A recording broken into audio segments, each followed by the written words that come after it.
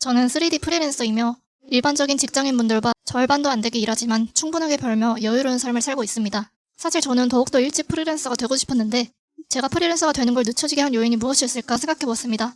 그래서 오늘은 빨리 성공적인 프리랜서가 되기 위해 하지 말았어야 할 4가지에 대해서 말씀드려보려고 해요.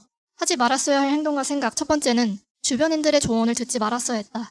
저의 10대 후반 미술 선생님은요. 넌 이 대학교 가면 무슨 일 할 거고 얼마 받을 거야. 넌 저 대학교 가면 무슨 일 할 거고 얼마 받을 거다.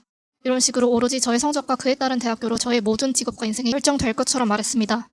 저는 그때에도 취업보다는 프리랜서나 1인 기업이 되고 싶었습니다. 하지만 그 미술 선생님이 프리랜서로 성공한 사람인가요? 1인 기업으로 성공한 사람인가요? 아닙니다. 그 사람은 학력이 중요한 일을 하고 있는 사람입니다. 그렇기 때문에 선생님이라는 직업을 갖고 있는 것이죠. 결과적으로 그 선생님의 한 조언은 제가 실제로 경험한 삶과 완전히 다르고 세대 차이도 많이 났어요. 저는 온라인 강좌를 보며 독학으로 만든 포트폴리오만으로 프리랜서가 되어 적은 시간 일하고 많이 벌고 있습니다.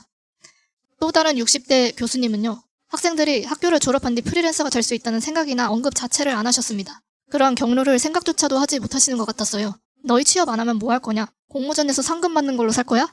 아니면은 돈 벌기 위해서 뭘 할 건데? 취업할 수밖에 없어. 이런 식으로 말하신 게 아직도 생각이 나네요. 프리랜서에 관해서 검색해봤을 때도 수많은 사람들이 프리랜서를 충분히 벌려면 회사 경력 5년 이상은 돼야 프리랜서 할 수 있는 거 아니냐. 이런 식으로 말하는 사람들이 많았어요. 저도 그게 맞는 말이라 생각해서 회사 경력을 쌓아보려고 했습니다. 하지만 실제로 외주를 받아 프리랜서가 돼보니 회사 경력이 필수가 아니라는 것을 깨달았습니다. 왜냐면 저는 특정한 분야의 3D만 만들고 있는데 이런 특정 분야로 취업을 할 만한 회사도 많이 없고 집과의 거리까지 생각해보면 정말 많이 없고요.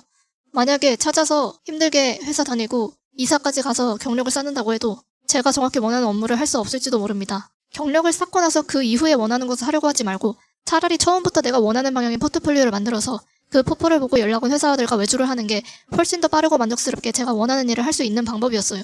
그리고 가끔 외주를 주는 회사에서 회사 모델링을 보내서 이걸 변형한 작업물을 만들어달라고 하는 경우가 있는데요. 생각보다 회사에서 만든 모델링이 완벽하지 못한 경우도 있었습니다. 차라리 그런 모델링만 전문적으로 독학해서 잘하는 사람이 회사에 다니고 있는 사람보다 더 품질 좋은 작업물을 만들 수가 있습니다. 많은 회사들은 저의 경력을 물어보지도 않습니다. 오로지 포트폴리오만 보더라고요. 결론은 안 된다는 사람의 말을 보거나 듣지 말고 프리랜서가 이미 된 사람들, 성공한 사람들, 내 롤모델이 하는 말을 들었어야 했고 처음부터 내가 원하는 일을 할 수 있다고 믿고 그에 따른 행동을 했어야 했습니다.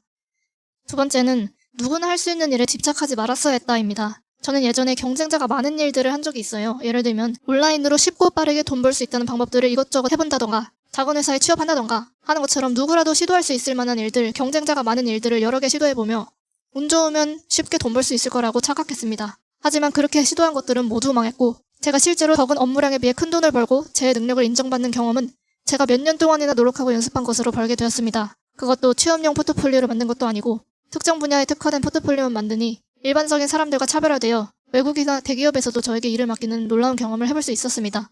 이 포트폴리오로 집 근처 회사에 지원했다면 아마 합격을 못했을 거고 합격했더라도 훨씬 더 적은 돈을 벌며 제가 원하지 않는 일을 했을 거예요.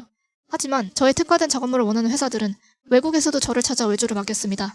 세 번째, 내가 가진 환경에 불평하지 말고 거기서 벗어날 방법이나 나에게 맞는 방법을 찾아 즉시 실행했어야 됐다. 입니다. 저는 사실 학교가 도움이 안 됐고 다니기 싫어했는데 그만두면 마치 인생이 망할 것만 같았어요. 그래서 참고 다녔습니다. 그런 걸 중요하게 생각하는 이 세상 사회를 원망하면서요. 지금 와서 생각해보면 내가 과거에 불평했던 거를 해결할 방법이 아예 없는 것은 아니었더라고요. 휴학을 할 수도 있고 자퇴를 할 수도 있었죠. 진짜 곰곰이 생각해보면 그걸 피해가거나 다른 선택할 수 있는 옵션이 존재했어요. 그리고 그걸 제가 선택할 수도 있었습니다. 다만 내가 그 길을 선택하는 게 두려웠으니 불평만 하면 그것들을 붙잡고 있느라 진정으로 원하는 길로는 더 늦게 가게 된 것 같아요.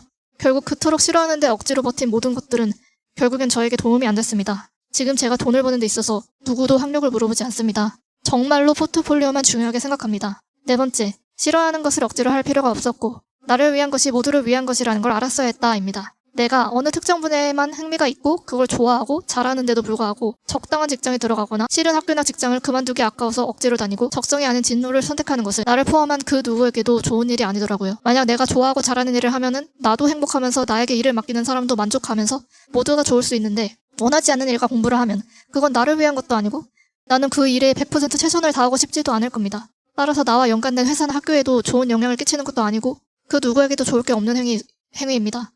어차피 결국에는 저는 학교에서 배운 것과 포트폴리오를 모두 버리고 원하는 방향대로 처음부터 새로 쌓아 나갔으며 결국 그렇게 한 것만이 좋은 성과를 냈습니다. 그냥 원하지 않는 걸 벗어나서 내가 원하는 방향대로 가면서 즐겁고 평온하게 살아도 됐는데 괜히 스스로 자신이 없고 불안하니까 남들 하라는 대로 따라가고 나에게 쓸모없는 것들을 꽉 붙잡고 살았던 것 같습니다. 이렇게 제가 프리랜서가 되는 걸 늦춰지게 한 4가지 원인들을 말해보았어요. 영상 봐주셔서 감사합니다.